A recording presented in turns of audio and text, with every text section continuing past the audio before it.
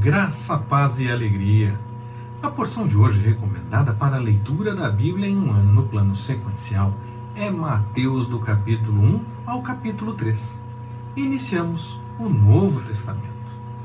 Da mesma forma que foi na mensagem anterior, a mensagem 281, quando falamos de Malaquias, que nós falamos mais do que apenas do texto de Malaquias, fazendo todo um contexto histórico, também envolvendo o tempo aproximado entre o que é considerado o último livro da Bíblia, até o início do Novo Testamento, falando um pouco da história, dos encaminhamentos dessa história, bem brevemente. E aí, então, mesmo assim, a mensagem ficou um pouco maior, já que falamos mais do que apenas a respeito do texto em si.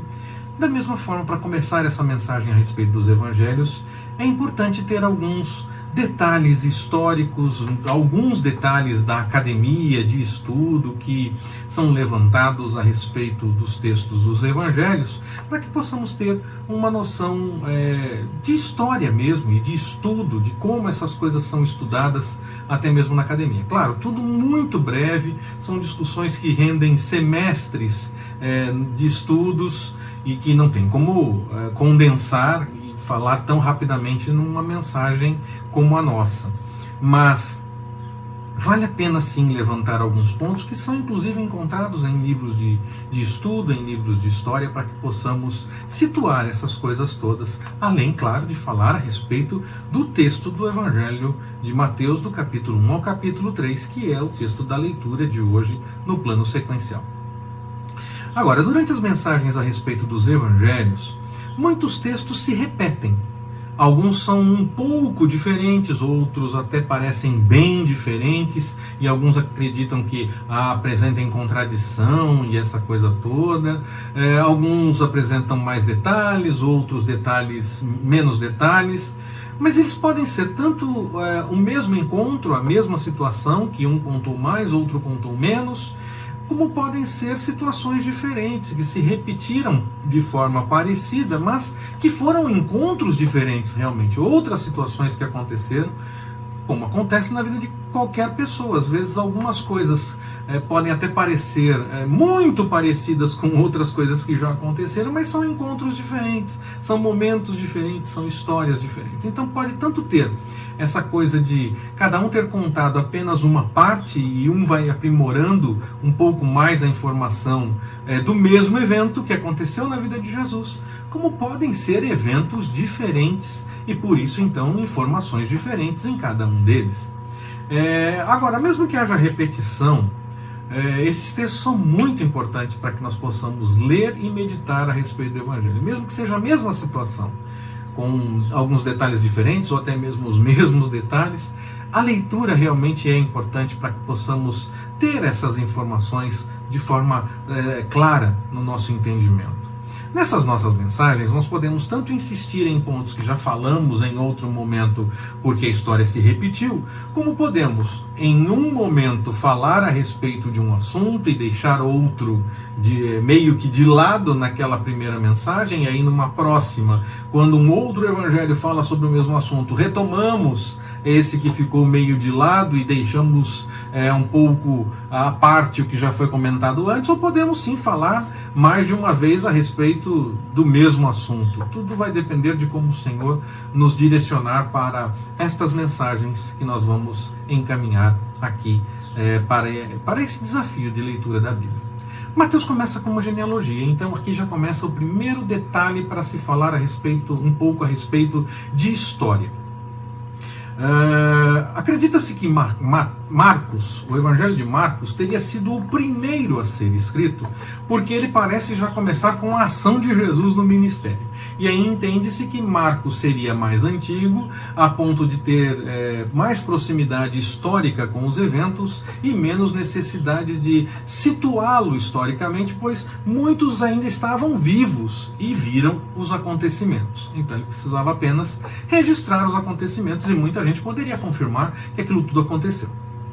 E aí então entende-se que Mateus seria um pouco mais posterior a Marcos, porque ele já começa com a genealogia. Lucas a mesma coisa, até porque Lucas diz que fez uma pesquisa, então ele também começa, ele também tem genealogia no seu texto. Ele não começa exatamente, mas ele tem genealogia no seu texto. E aí então a explicação que Marcos seria mais velho, porque mais antigo, porque não precisou colocar a genealogia. Mas essa pode não ser a explicação adequada, até porque alguns livros de pais da igreja, dos primeiros cristãos, lá no comecinho mesmo, que registram que Mateus era o primeiro evangelho. E aí então nós começamos a ter uma inquietação a respeito de colocação histórica. Isso não muda nada. O que o texto diz é apenas pitada histórica, pitada de conteúdo para estudo bíblico, para poder aprofundar um pouco mais na questão dessa formação do cânon bíblico e tudo mais. Há muito mais informações, mas isso não muda o que o texto realmente tem para nos dizer. Isso é fato. Mas são informações interessantes para que possamos situar e até entender por que então tem 4 evangelhos, essa coisa toda. Mas, como eu disse, um dos primeiros pais da igreja, um dos primeiros escritores a respeito dos textos e de testemunho dos cristãos, fala que Mateus é o mais antigo. Acredita-se que Mateus, Marcos e Lucas, os três evangelhos que são chamados de sinóticos, João fica fora dessa lista, eles teriam bebido, digamos assim, de uma fonte comum, e por isso muitos textos se repetem entre um e outro, porque existia um texto original que não chegou até os nossos dias, que a academia reconhece dentro dessa teoria como fonte que, você pode ler isso em livros de estudo, mas esse texto não chegou até nós. E acredita-se então que eles tiveram um texto comum que serviu de base para que os 3 escrevessem os seus evangelhos, principalmente Lucas, que diz realmente que fez a pesquisa, e esse texto comum originou os 3 evangelhos chamados de evangelhos sinóticos, Mateus, Marcos e Lucas.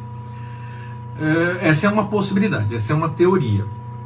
Agora, existe uma outra possibilidade que envolve essa interpretação dos próprios evangelhos. Acredita-se, por exemplo, que Mateus foi escrito preferencialmente para judeus, porque existe uma informação em textos antigos que dá conta de um evangelho chamado de Evangelho dos Hebreus, que teria sido escrito por Mateus.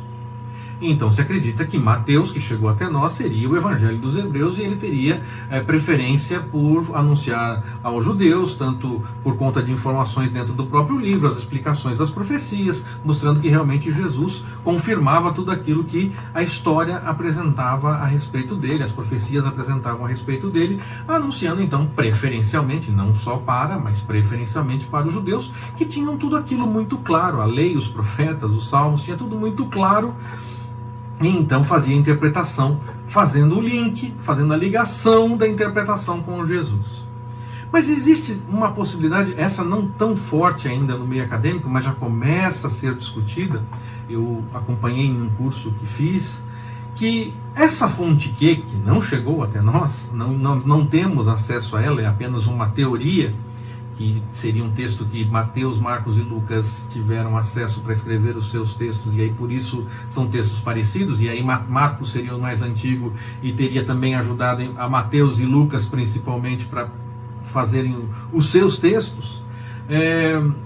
Existe a possibilidade dessa fonte que ser esse Evangelho dos Hebreus, que não chegou até nós e que teria sido também escrito por Mateus. E aí então nós teríamos esse Evangelho dos Hebreus escrito por Mateus, e por isso então os livros mais antigos dizem que o Evangelho de Mateus seria o primeiro, porque seria esse texto que não chegou até nós. Depois nós teríamos o Evangelho de Marcos, aí o próprio Evangelho de Mateus, que seria uma nova história, contando novamente a história, e Lucas formando os 3 evangelhos sinóticos, e um pouco depois o Evangelho de João. Toda essa informação serve apenas realmente como ambiente de estudo, e também serve para situar uma outra coisa. Por que nós temos 4 evangelhos no Novo Testamento? Nós sabemos, existiam muitos outros textos chamados de evangelhos. Nós temos nos nossos dias circulando Evangelho de Tomé, de Maria Madalena, de Pedro, de Judas. Nós temos vários evangelhos que circulam. Esses evangelhos circulavam desde o começo, pelo menos até o ano 200, 300, eles foram escritos. Mas eles eram ligados com um movimento, muitos deles, não todos. É importante deixar isso claro, porque alguns que talvez não estivessem ligados com esses movimentos. Mas eram ligados com movimentos como o movimento do gnosticismo. E aí então eles apresentavam uma verdade nova para os seus iniciados, que estaria escondida dentro do texto e que só os iniciados teriam acesso. E aí, no começo, os primeiros cristãos que estavam mais próximos do tempo realmente dos eventos, quando viram esses textos, eles entenderam alguns evangelhos como trazendo realmente a verdade, porque eles notavam que havia coerência com o que muitos lembravam, outros ouviram de quem lembrava, de quem viveu, né? E havia outros evangelhos que traziam informações que até tinham coisas parecidas com as coisas relatadas nos outros evangelhos, que eram aceitos como verdade, mas traziam outras informações de interpretação, outros detalhes estranhos, controversos, que iam completamente contra esse entendimento que já estava estabelecido como o entendimento verdadeiro, o entendimento correto. Então, desde o começo, muitos evangelhos foram tidos como errados, como heréticos. Quando hoje em dia se fala a respeito de um texto desses, dizendo, isso vai mudar os alicerces da fé, só se for para ir para o lado da heresia. Porque se os primeiros cristãos, que estavam mais próximos dos eventos, disseram, esse texto está errado, como é que eu posso concluir que esse texto está certo, sendo que eu estou bem mais longe dos eventos? Eu só posso seguir o conselho histórico, como eles definiram que não eram textos que tinham algumas informações verdadeiras, mas não todas. Eu tenho que aceitar esse testemunho da história. Muitas coisas sociais, políticas e vários assuntos começam exatamente assim, começam com uma afirmação verdadeira ou com alguns detalhes de uma história verdadeira, mas depois a interpretação avança trazendo para o que prefere e às vezes essa interpretação não condiz com a verdade, ela se distancia da verdade, apesar de começar de um ponto verdadeiro. É o que acontece com esses evangelhos gnósticos. E aí, para dizer que não existia nenhum conhecimento oculto, não existia nenhum conhecimento escondido, que só os iniciados teriam acesso, o Espírito Santo, nós entendemos assim, direcionou para que nós tivéssemos 4 evangelhos, para dizer, não existe nada escondido. Olha só, temos 4 pessoas que contam histórias que mostram aquilo que nós vemos como histórias verdadeiras. Não tem nenhum evento escondido, nenhum processo de iniciação para que se saiba só se começar dentro do movimento e essa coisa toda. Então nós temos aí essas informações interessantes para entender qual seria o texto mais antigo, como um texto se juntou com o outro, por que temos informações parecidas. Há muito mais coisa para se falar, já alertei a respeito disso, fiz apenas um resumo. E também por que nós temos 4 evangelhos e não apenas um. É para dar essa resposta, dizendo, não tem nada escondido não. Nós temos tudo, as claras estão aí. São 4 evangelhos, não precisa ter nenhum trazendo assuntos que são só para iniciados. Voltando para o Evangelho de Mateus, ele começa com a genealogia, e naqueles dias era muito comum fazer isso, para que pudesse colocar dentro da linha histórica os acontecimentos, para mostrar que a pessoa tinha linhagem, que ela estava ligada realmente a pessoas da linhagem que ela deveria pertencer. Nesse caso de Mateus, a ideia é mostrar que Jesus descende de Abraão, de Davi e de Zorobabel, aquele dos dias de Ageu e Zacarias, mais próximo já dos eventos do Novo Testamento, 400 anos antes, mas mais próximos do que Davi, mais de 900 anos antes, quase 1000, do que Abraão, até 1800, 1900 anos antes. Então, era para mostrar que ele era realmente dessa linha histórica. Esses textos sobre genealogia, eles são realmente muito importantes, ainda que pareçam cansativos, pareçam não trazer nenhuma informação, alguns façam até interpretações mirabolantes para tentar trazer uma certa... trazer a atenção das pessoas para esses textos, mas eu entendo que eles são importantes para mostrar a historicidade mesmo. E aí, a partir deles, muitas coisas são confirmadas a partir de pesquisas, de escavações arqueológicas, que confirmam o que está nessas listas genealógicas. Não é tudo que tem confirmação, não é tudo que tem pesquisa ou arqueologia que confirme, mas se sabe na academia que o fato de não ter uma confirmação não implica que ela não existiu ou não exista. Não existiu no sentido de ela realmente é histórica, mas nunca vamos encontrar porque se perdeu, porque queimou, porque foi destruída com o tempo e essa coisa toda. Ou também pode ser que ela ainda exista, mas não foi encontrada. E é possível então confirmar, se um dia ela for encontrada. De qualquer forma, de tudo o que já foi encontrado, muita coisa foi confirmada. Então é até estranho que ainda se duvide, que ainda se ache que exista a possibilidade de não ser exatamente assim, porque sempre que encontra alguma coisa, confirma ou explica melhor até algumas coisas a respeito do texto bíblico. Então é uma coisa interessante ver esse movimento de sempre achar que vai contrariar e negar. Na verdade, tem confirmado. Essa questão da genealogia também tem um certo limite para definir a questão da autoridade. Paulo trabalha a respeito disso, nós vamos ver, possivelmente, nós vamos ler, claro, se assim nos permitir o Senhor, e devemos comentar um pouco quando chegarmos a essas mensagens, permitindo o Senhor naquele momento. José mostra o texto de Mateus que José ficou preocupado com o que iam falar diante de tudo aquilo. Mas a revelação deixa claro que ele não deveria se preocupar com o que iam falar. Muitas vezes nós nos preocupamos com o que as pessoas podem pensar se nós fizermos algo que o Senhor nos orientou, mas mesmo que nos difamem, mesmo que sejamos perseguidos e falem mentiras a nosso respeito, nós devemos seguir o que nos revela a vontade do Senhor. Em vez de temer o povo e temer o que vão pensar da gente, nós devemos temer não obedecer à vontade do Senhor. Você já fez a leitura do texto de Mateus do capítulo 1 ao capítulo 3 no dia de hoje? Se não fez, recomendo. Sabe por quê? Porque na leitura você vai notar que Mateus não chama os magos do Oriente de reis. Primeiro ponto. E nem mesmo cita quantos são esses magos do Oriente, que ele não chama de reis. Ele fala assim, de 3 presentes, mas ele não diz que cada um deu um presente. Isso não está diretamente no texto de Mateus. Há textos que são considerados apócrifos, que trazem essas citações da quantidade desses magos, que seriam também reis, e até apresenta nomes para esses reis, e fala até da possibilidade de não serem 3, mas haver um quarto, até um filme que mostra a respeito dessa história, tudo com base em textos que são considerados apócrifos.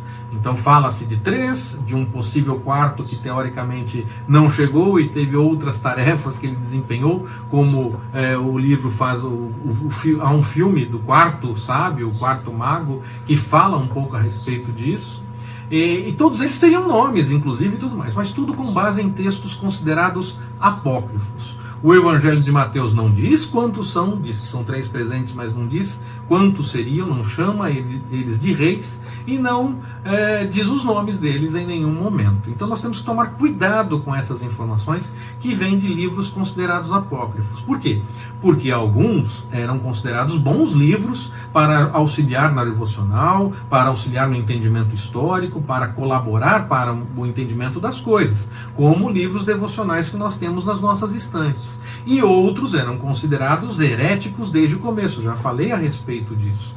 Então nós temos que tomar cuidado de onde vem essa informação. Se vem de textos que eram considerados interessantes para auxiliar no aprendizado, ou se ele vem de textos que são considerados apócrifos e que possuem erros.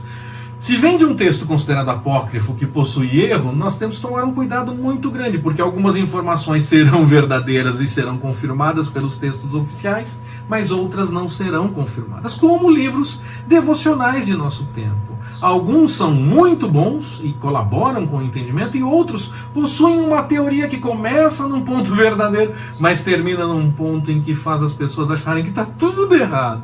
ou pelo menos alguns passam a achar que está tudo errado porque não encontra eco realmente no texto bíblico ou mostra uma interpretação completamente equivocada. Isso é a mesma coisa com relação aos textos do começo do cristianismo, dos primeiros dias. Havia textos que auxiliavam no entendimento e havia textos que, apesar de começar com verdades, terminavam com mentiras, e outros que diziam mentira do começo ao fim, como acontece nos textos que nós temos nos nossos dias, que podem ser adquiridos tanto de forma virtual como em livro e essa coisa toda.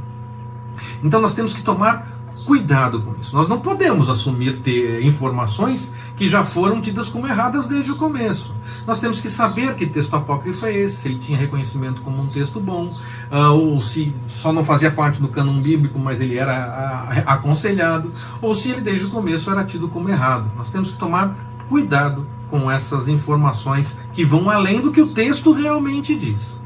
E aí às vezes se define que são as informações verdadeiras e diz que está no texto. Não está, Mateus não diz nem nome, nem quantos, nem que eles eram reis. A ideia dos magos saberem do nascimento do Messias aponta para a universalidade da mensagem de salvação. Até mesmo fora do povo escolhido se sabia do seu nascimento, que iria acontecer.